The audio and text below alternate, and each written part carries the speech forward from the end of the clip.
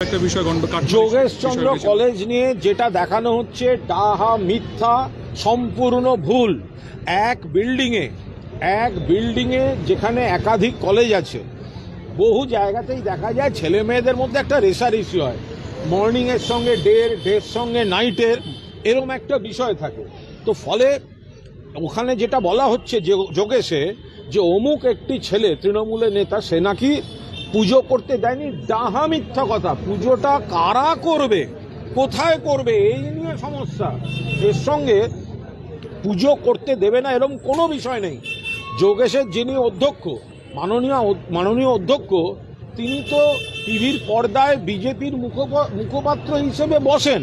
ফলে অন্য ধর্মের একটি ছেলেকে টার্গেট করে এই ধরনের কথাগুলো বলা হচ্ছে। যে ছেলেটি, সে হিন্দু নয়, বাট সে তো গুড অর্গানাইজার এবং সে তো পুজোর পক্ষে, তারা তো পুজো করে। ফলে এই যেটা দেখানো হচ্ছে, যেটা আরোপিত, যেটা কৃত্রিম, যে পুজো করতে দেওয়া হচ্ছে না যোগেশে, পুলিশ পাহারায় পুজো করতে হচ্ছে, এটা সম্পূর্ণ ভুল। ওটার গন্ডগোল বা বিবাদটা হচ্ছে দুটো বিভাগের বা ছাত্রছাত্রীদের নিজেদের মধ্যে, কারা কোন জায়গাটায় পুজো করবে, এইটা নিয়ে হচ্ছে ওদের বিতর্কটা। কান্নাকাটি করে মহিমান জাস্টিস করেছে, মেয়েরা বাথরুমের সামনে কান্নাকাটি করেছে। দেখুন, যিনি কান্নাকাটি করেছেন তিনি খোঁজ নিলে দেখবেন হয়তো কলেজের নাটকেও তিনি কান্নার পাঠ করেন। অভিযোগ করেছেন যে তাকে খুনের চেষ্টা করা হয়েছে। সে জেলা নেতৃত্বের উপর বিশ্বাস রাখতে পারছে না, কারণ তার মনে হচ্ছে কোথাও তাকে সরিয়ে দেওয়ার চেষ্টা হচ্ছে, এবং যে কারণে তিনি অস্বীকার জানিয়েছেন কোথাও তাকে মেরে ফেলার চক্রান্ত করা হচ্ছে। বড় মাথা রয়েছে। দেখুন, আমি এ বিষয়ে কোনো মন্তব্য করতে পারবো না। তার কারণ যিনি এই বক্তব্য রেখেছেন তিনি একজন সিনিয়র নেতা, এবং পাশাপাশি তিনি আমাদের দলের শীর্ষ নেতৃত্বকে বিষয়টি জানিয়েছেন। ফলে নিশ্চয়ই তার অভিযোগে, তার যে আশঙ্কা, তাতে পুলিশ প্রশাসন তাদের মতো করে ব্যবস্থা নেবে।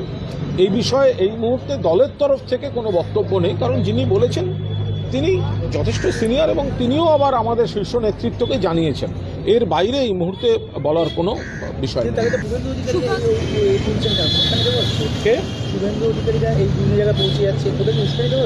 না, শুভেন্দু অধিকারীরা সমস্ত জায়গাতে পৌঁছেছে, বাংলার মানুষের হৃদয়ে ছাড়া।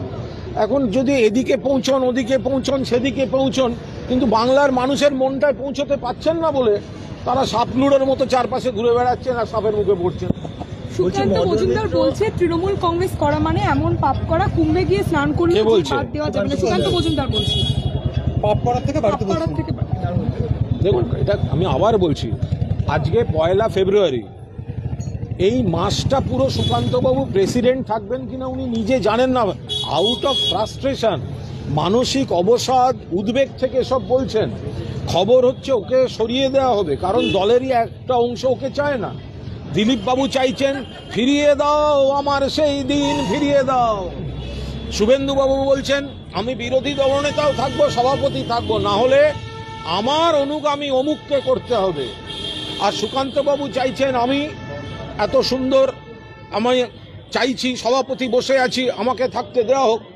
আবার সুবক্তা শ্রমিক, অনেকে বলছেন তো শ্রমিক এত ভালো সাহিত্য দিয়ে কথা বলেন, এত ঠান্ডা মাথার, এত ভালো কবিতা আবৃত্তি করেন, ও কেন সভাপতি হবে না?